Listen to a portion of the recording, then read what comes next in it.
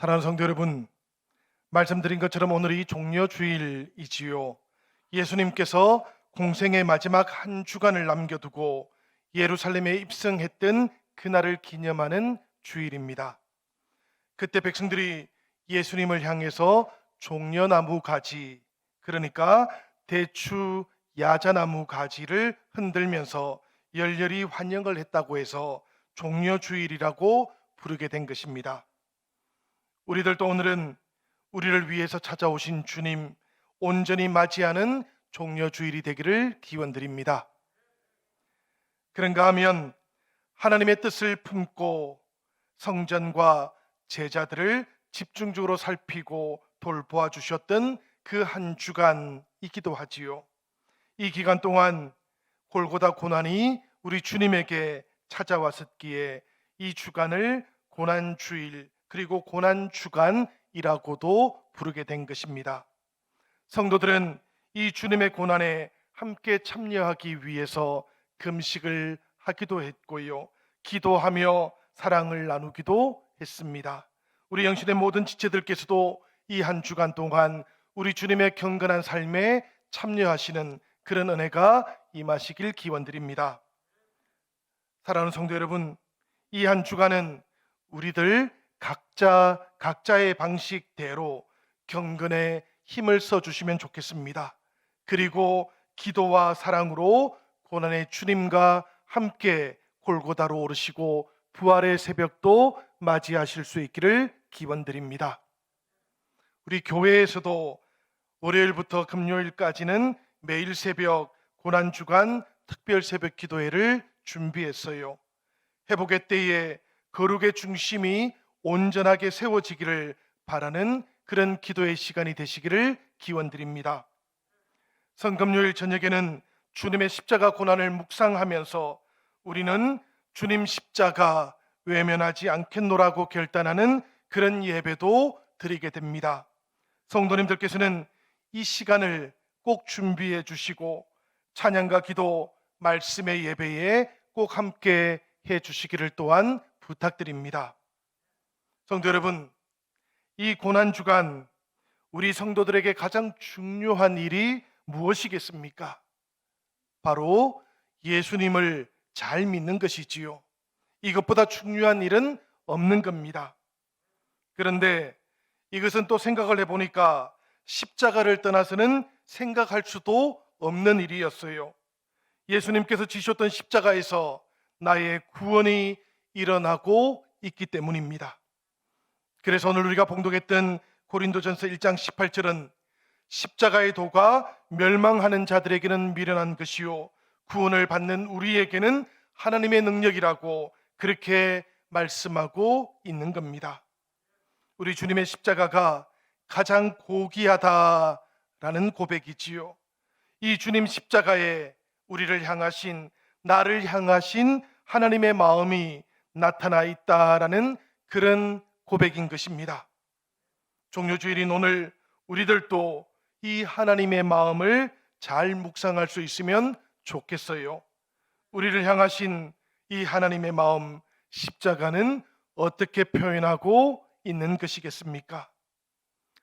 첫 번째로는 생각해 보니까 우리의 고통을 공감해 주시는 하나님의 마음이 이 주님의 십자가 위에 표현이 되어 있어요. 예수님께서 지셨던 십자가 생각을 해보면 고통의 십자가였습니다. 그리고 이 고통은 예수님께서 짊어지셔야 했던 고통이 아니고 사실은 우리 인간들, 우리 사람들이 짊어져야만 했던 고통이었지요. 그러니 예수님께서는 우리의 고통을 대신 짊어져 주셨던 것입니다. 우리 다 같이 히브리서 4장 15절 말씀 같이 한번 읽어보도록 하겠습니다. 우리에게 있는 대제사장은 우리의 연약함을 동정하지 못하실 이가 아니요 모든 일에 우리와 똑같이 시험을 받으신 이로되 죄는 없으시니라. 죄 없으신 예수님께서 우리와 똑같이 시험을 받으신 것, 우리의 연약함을 이해해 주시기 위한 하나님의 마음이셨다라는 그런 말씀입니다. 이 십자가, 당시의 사람들에게는 경험할 수 있었던 가장 큰 고통이었고 아픔의 형벌이었지요. 시편 22편 14절은 그래서 이 십자가의 고통을 이렇게도 표현하고 있는 겁니다. 나는 물같이 쏟아졌으며 내 모든 뼈는 어그러졌으며. 우리 주님께서는 사람들의 고통과 아픔, 이것을 짊어지시기 위해서 물과 같이 쏟아지셨고 모든 뼈들은 어그러지셨다고 그렇게 말씀하고 있는 것입니다. 주님, 고통과 아픔의 사람들을, 그들을 짊어지시기 위한 고귀한 주님의 순환을 감당해 주셨던 것이지요. 사랑하는 형제자매 여러분, 존귀하신 주님께서 나의 고통과 나의 아픔을 짊어지시고 골고다로 올라가셨다라는 것을 기억하시는 이 종려 주일이 되기를 기원드립니다. 그 고통과 그 아픔을 짊어지셨을 때에 주님께서는 바로 나를 짊어지시고 하나님께로 올라가고 계셨던 것이지요. 그러니 왜 육체의 고통뿐이셨겠습니까? 우리 주님께서는 사랑하는 제자에 의해서 팔리시고 또 함께하겠다 약속했던 모든 제자들로부터 버림을 받으셨습니다. 무리들의 조롱과 무시로부터 오는 그 외로움도 감당하기는 쉽지 않으셨어요. 그러니 우리 주님의 십자가는 육체적인 고통이었을 뿐만 아니라 마음의 고통이기도 했던 것이지요. 그러나 성도 여러분, 이 모든 고통들도 하나님으로부터 단절되었다는 그 고립감하고는 비교할 수 없는 것이었습니다. 시편 22편 14절 이어지고 있는 하반절은 이렇게 말씀하고 있습니다. 내 마음은 밀랍 같아서 내 속에서 녹았으며 내 힘이 말라 질그릇 조각 같고 내 혀가 입천장에 붙은 나이다. 주께서 또 나를 죽음의 진토 속에 두셨나이다. 이 말씀을 보니 하나님과 단절되었다라는 그 고립감으로 인해서 우리 주님께서는 치를 떨고 계시는 것이지요. 마음이 밀랍 같아서 녹아내리고 있었다고 이렇게 고백하고 있는 것입니다. 우리 주님 그 모든 상황과 그 모든 환경들 속에서 죽음의 진토 속에 갇혀 있는 것처럼 그렇게 느껴지셨다라고 말씀하고 있어요. 그래서 시편 22편 1절은 이렇게도 고백을 하고 있는 겁니다. 엘리 엘리 라마 사박다니 내 하나님이여 내 하나님이여 어찌 나를 버리셨나이까. 성도 여러분, 주님의 이 십자가 고난, 하나님으로부터 단절되어 버렸던 이 외로움, 이것을 생각할 때마다 저는 하나님의 마음을 함께 떠올려 봅니다. 사람들이 겪는 이 땅의 고통, 내가 겪는 외로움, 하나님께서는 알지 못하실 거야 이렇게 생각할 때마다 하나님께서 조용히 다가오시고는 내가 너의 고통 다 알고 있다고 그렇게 말씀해 주시는 그 음성을 들을 수 있기 때문이에요. 이사야서 53장 4절과 5절은 그래서 예수님의 고통을 이렇게도 예언하고 있었던 것이지요. 그는 실로 우리의 질고를 지고 우리의 슬픔을 당하였거늘 우리는 생각하기를 그는 징벌을 받아 하나님께 맞으며 고난을 당한다 하였노라. 그가 찔림은 우리의 허물 때문이요 그가 상함은 우리의 죄악 때문이라. 그가 징계를 받음으로 우리는 평화를 누리고 그가 채찍에 맞음으로 우리는 나음을 받았도다. 우리의 허물, 우리의 죄악 때문에 주님께서는 찔리시고 또 상하셨던 것입니다.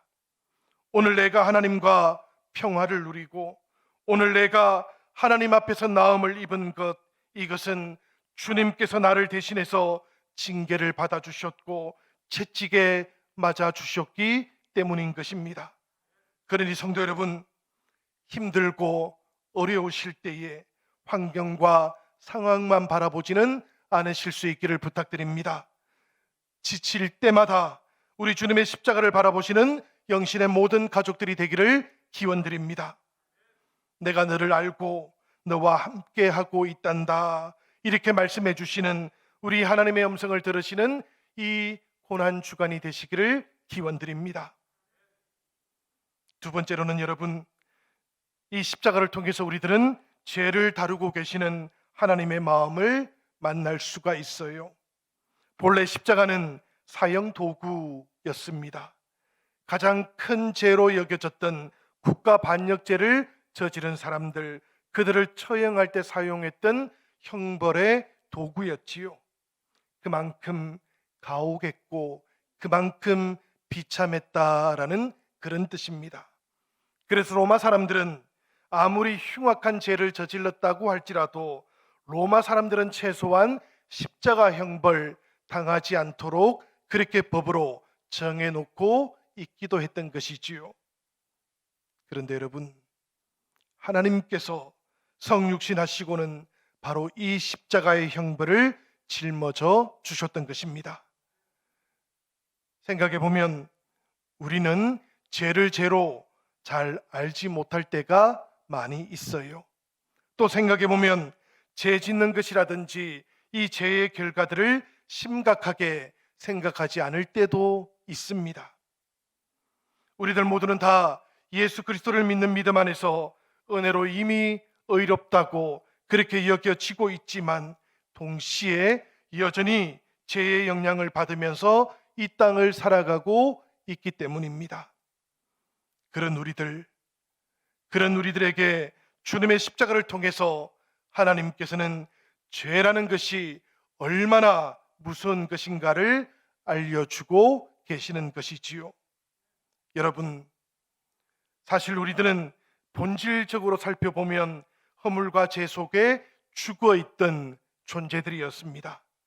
이 죽어있다라는 표현은 우리가 살아있는 것처럼 보인다고 할지라도 하나님 앞에서는 살아있는 존재로는 살아갈 수 없었다라는 그런 뜻이에요.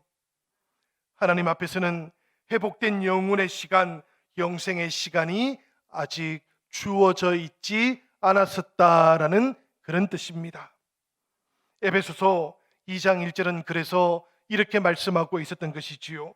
그는 허물과 죄로 죽었던 너희를 살리셨도다. 말씀은 아주 분명하게 우리들 모두가 허물과 죄로 죽었었다라고 그렇게 선포하고 있어요. 그런 우리들을 하나님께서 지금 주님의 십자가 은혜 안에서 살려내셨던 것입니다.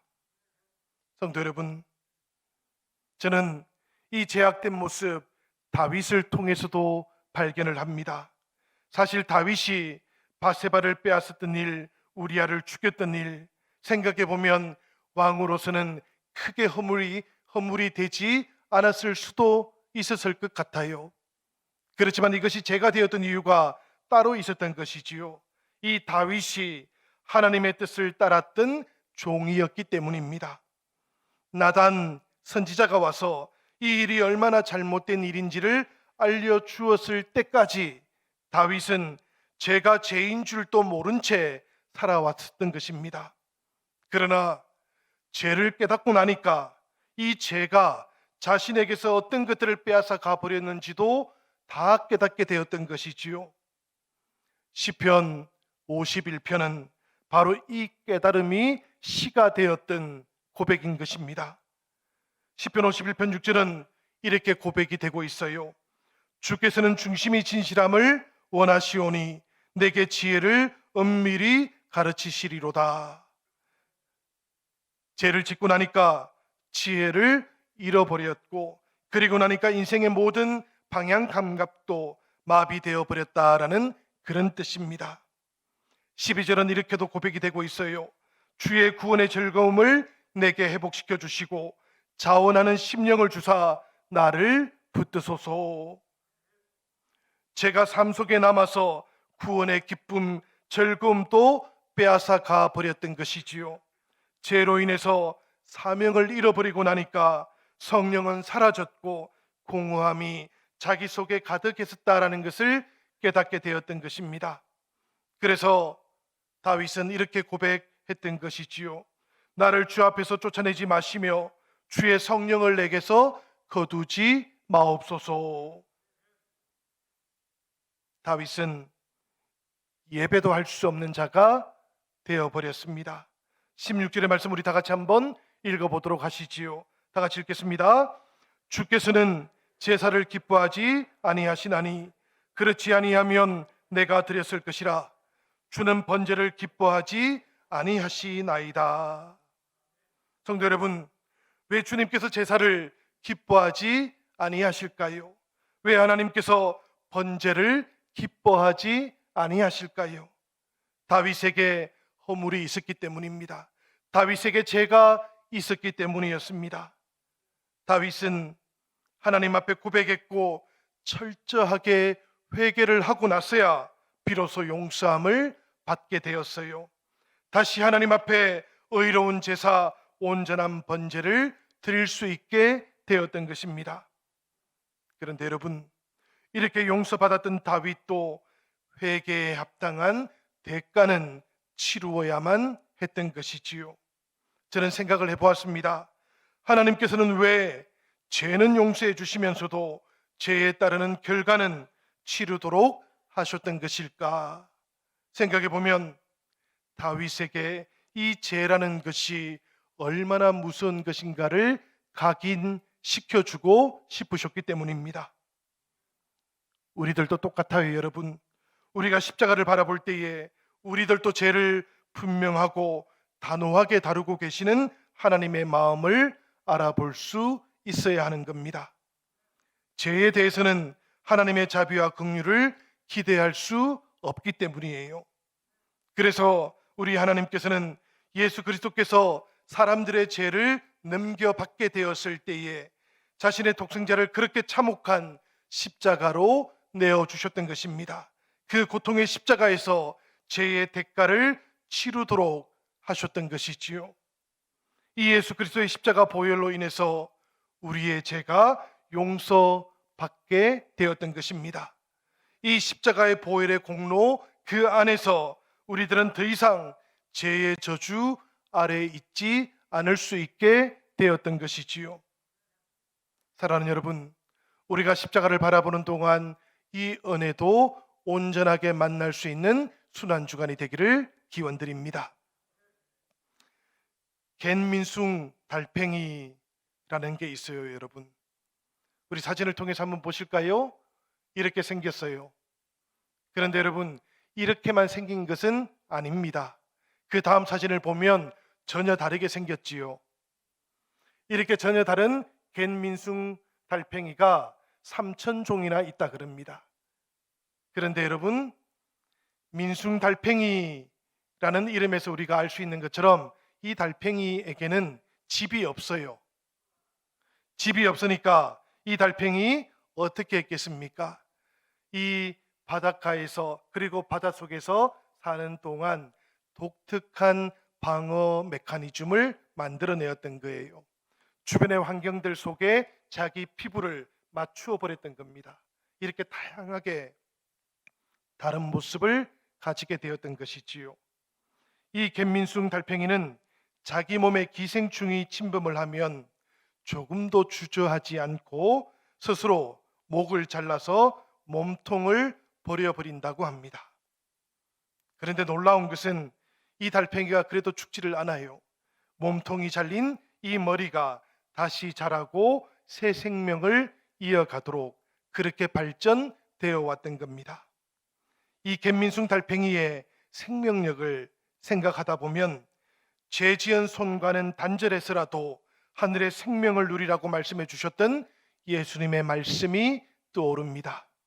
그만큼 예수님께서도 우리들에게 죄에 대해서는 아주 분명하게 단절할 수 있어야 된다라고 그렇게 말씀해 주셨던 것이지요. 사랑하는 여러분, 이 고난주간을 지내시는 동안 십자가를 우리가 많이 바라보게 되실 겁니다. 이 십자가를 바라보는 동안 우리들 주님의 은혜를 기억하시지만 동시에 죄의 무서움도 기억할 수 있으면 좋겠습니다. 그래서 어떤 모양이라고 할지라도 죄는 우리가 흔적이라도 버리는 영신의 모든 가족들이 되시기를 우리 주님의 이름으로 부탁을 드립니다. 사랑하는 여러분, 이 십자가 세 번째로 생각을 해보니까 죄인인 우리들에게 구원의 길을 보여주셨던 하나님의 마음을 알려주고 있어요. 때때로 길이 끊어진 듯해서 어려움을 겪기도 하지요. 기준이 사라져버린 이 세상 속에서 방향을 잘 잡지 못해서 갈팡질팡 하기도 하시지요. 그런데 우리 예수님께서는 우리들에게 자신을 누구라고 알려주고 계십니까? 요한복음 14장 6절을 보면 예수님께서는 자신을 가리켜서 길이요 진리요 생명이시다라고 말씀하고 계십니다. 사실 세상 사람들은 매일매일 하루를 살아가면 하루하루 죽음과 가까워집니다. 그런데 여러분, 믿는 우리들은 어떻습니까? 우리들은 주님의 십자가가 우리에게 만들어 주셨던 다른 길을 바라보며 살아갈 수 있게 된 것이에요. 바로 죽음 넘어 부활로 가는 길, 이 길을 우리가 걸어갈 수 있게 된 것입니다. 그래서 히브리서 10장 19절과 20절은 이렇게 말씀하고 있는 것이지요. 그러므로 형제들아, 우리가 예수의 피를 힘입어 성소로 들어갈 담력을 얻었나니 그 길은 우리를 위하여 휘장 가운데로 열어놓으신 새로운 살 길이요 휘장은 곧 그의 육체니라. 이 말씀 속 우리에게 새 길을 열어주고 계시는 하나님의 마음을 우리가 느끼고 발견할 수 있기를 기원드립니다. 성소로 들어가는 길, 생명과 소망의 길을 십자가 통해서 우리들 모두에게 활짝 열어놓고 계시기 때문이에요. 단절되었던 하나님과 우리 사이의 관계가 회복되었고 더 이상 죄의 노예가 아니고 하나님의 통치를 받는 새 인생의 길이 우리들 모두를 위해서 아름답게 열려져 있는 것입니다. 성도 여러분, 그러니 이 한 주간을 살아가는 동안 우리들 모두는 다 이 주님의 십자가를 의지할 수 있기를 부탁드립니다. 이 십자가를 통해서 새 길이 열렸음을 믿는 믿음으로 충만한 영신의 모든 자녀들이 되기를 기원드립니다. 사도 바울에게 자랑할 것 얼마나 많았겠습니까? 그러나 그 모든 자랑할 것을 사도 바울은 배설물처럼 여겼다고 그렇게 말씀하고 있지요. 이것은 오직 십자가만 자랑하기 위해서였던 것입니다. 주님의 십자가가 자신의 삶을 바꾸었기 때문이고 이 십자가 안에 새로운 생명의 길이 열렸기 때문이지요. 우리들에게도 똑같습니다. 여러분, 우리들도 이 십자가를 바라보고 주님의 십자가를 의지하면 믿음의 새로운 역사가 나타날 수 있는 것입니다. 주님의 십자가 통해서 하나님의 마음을 알 때 인생이 달라집니다. 주인이 바뀌고 새로운 목표가 생겨납니다. 내가 만든 길이 아니고 예수님께서 십자가를 통해서 만들어 주셨던 새로운 길이 우리 앞에 펼쳐져 있기 때문이에요. 성지순례를 떠난 사람들이 있었습니다. 그 성지 여러 곳들을 살펴본 다음에 내일은 예수님께서 십자가에 못 박히셨던 골고다 언덕을 방문하게 됩니다. 이렇게 안내를 받았어요. 그 안내를 받았던 사람들이 목사님에게 목사님, 그렇다면 내일은 그 십자가 옆에서 우리들에게 주님의 말씀을 꼭 들려주세요. 이렇게 부탁을 했습니다. 방으로 돌아왔던 목사님 혼자서 생각을 해봅니다. 저 골고다 언덕, 그 십자가 옆에서 우리 예수님에 대해서 어떻게 설교를 할까 그렇게 묵상을 하다 보니 마음에 부담이 생겼대요. 어떻게 하면 좋을까? 성경을 읽고 복음서에 나오는 예수님의 말씀을 한 절 한 절 외우기 시작했습니다. 그리고 다음날 골고다 언덕에 올라갔어요. 사람들이 그 주님의 십자가를 바라보는 동안 이 목사님 침묵 가운데 하늘을 바라보시다가 복음서에 기록되어 있던 그 말씀 한 구절 한 구절을 낭독하기 시작했습니다. 예수님의 말씀을 들었던 순례단들은 그 말씀을 듣는 동안 누구나 할 것 없이 눈물을 흘리기 시작했어요. 바로 그때 목사님이 이렇게도 말씀을 해주십니다. 여러분, 바로 저 십자가가 저와 여러분들을 위해서 순환을 당하셨던, 그리고 우리를 구속해 주셨던 예수님의 바로 그 십자가입니다. 그리고는 주 달려 죽은 십자가 찬송을 부르기 시작했어요.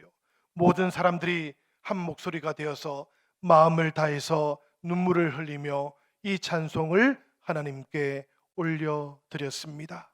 사랑하는 성도 여러분, 우리들도 이 찬송을 함께 이 시간 불러보면 좋겠습니다. 주 달려 죽은 십자가, 우리가 생각할 때에 세상에 속한 욕심 헛된 줄 알고 버리네. 죽으신 구주 밖에는 자랑을 말게 하소서. 보혈의 공로 힘입어 교만한 마음을 버리네. 이 시간 우리 찬양하도록 하겠습니다.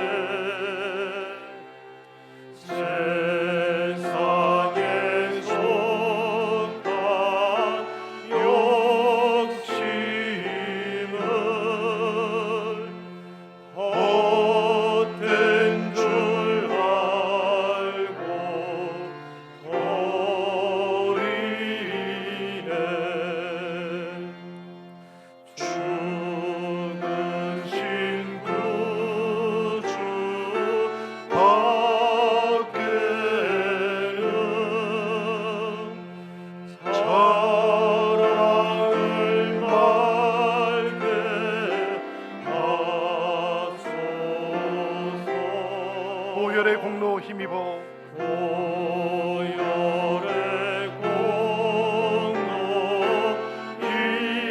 힘입어 교만한 마음을 버리네. 교만한 마음을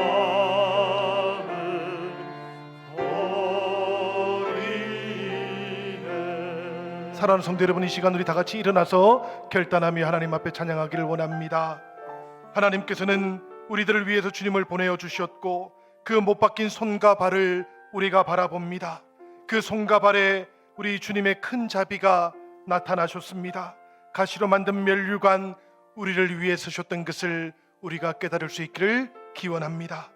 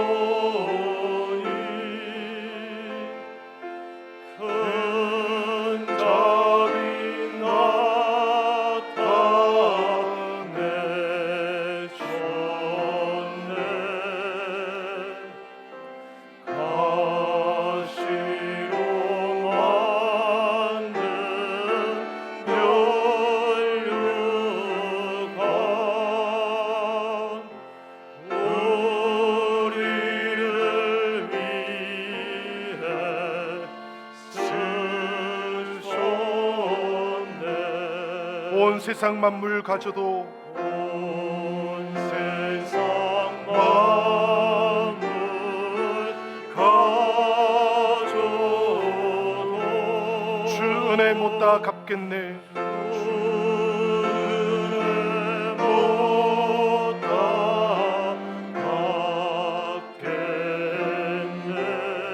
놀라운 사랑 받은 나, 놀라운 사랑 받은 나 몸으로 재물 삼겠네. 몸으로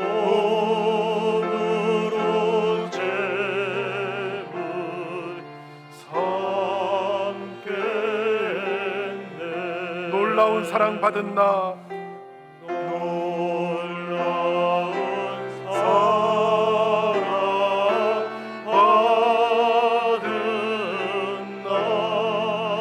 입으로 재물 삼겠네.